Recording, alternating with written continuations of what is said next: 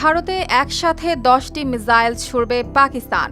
অবাক হচ্ছেন নিশ্চয়ই, ভাবছেন আবার কি তবে পাক ভারত যুদ্ধ লেগে গেল নাকি? না, ঠিক যুদ্ধ নয়। ভারতের সিন্ধু নদে বাঁধ নির্মাণকে কেন্দ্র করে ভারতকে এমন হুমকি দিয়েছেন পাকিস্তানের সেনাপ্রধান ফিল্ড মার্শাল অসীম মুনির। তিনি বলেন, পাকিস্তান অপেক্ষা করবে, এরপর বাঁধ নির্মাণ শেষ হলে একসঙ্গে 10টি মিসাইল ছুড়বে। সিন্ধু নদ ভারতের পারিবারিক সম্পত্তি নয়, পাকিস্তানের মিসাইলের কোনো অভাব নেই।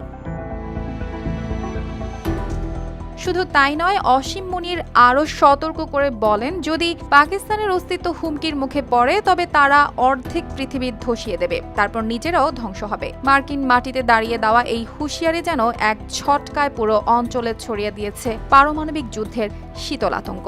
এটি ছিল মাত্র 2 মাসের ব্যবধানে তার দ্বিতীয় যুক্তরাষ্ট্র সফর। এবার গন্তব্য ছিল ফ্লোরিডার টাম্পা। সেখানে তার সম্মানে আয়োজন করা হয় বিশেষ এক অনুষ্ঠান, আর সেই মঞ্চেই তিনি খুলে দেন হুমকির ঝাঁপি। তার ভাষায়, পাকিস্তান একটি পারমাণবিক শক্তিধর দেশ, আর যদি তারা ডুবে যায় তবে একা যাবে না, সঙ্গে যাবে অগণিত জীবন, অসংখ্য শহর, অর্ধেক পৃথিবীর আলো নিভে যাবে একসাথে। কথাগুলো যেন ছুরির মতো কেটে যাচ্ছিল, আর তার কণ্ঠে ছিল ভয়ঙ্কর দৃঢ়তা।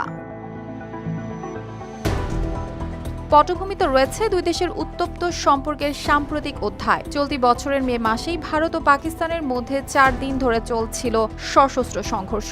এর আগে এপ্রিল মাসে ভারত নিয়ন্ত্রিত কাশ্মীরের পেহেলগামে ভয়ঙ্কর হামলায় প্রাণ হারান 26 জন। নয়াদিল্লি দাবি করে, পাকিস্তান এই হামলার পেছনে জড়িত। প্রতিক্রিয়ায় ভারত একতরফাভাবে বাতিল করে দেয় সিন্ধু নদ চুক্তি, জানিয়ে দেয় এই নদীর পানি আর পাকিস্তানের পথে যাবে না। সেই সিদ্ধান্ত যেন সম্পর্কের শেষ সুতো ছিঁড়ে ফেলে। আর এখন মুনিরের এই রণহুঙ্কার নতুন করে উস্কে দিচ্ছে আশঙ্কা, এক ভুল পদক্ষেপেই হয়তো এই অঞ্চলে শুরু হতে পারে ভয়ঙ্কর এক বিপর্যয়, যার ঢেউ পৌঁছাবে সারা বিশ্বে।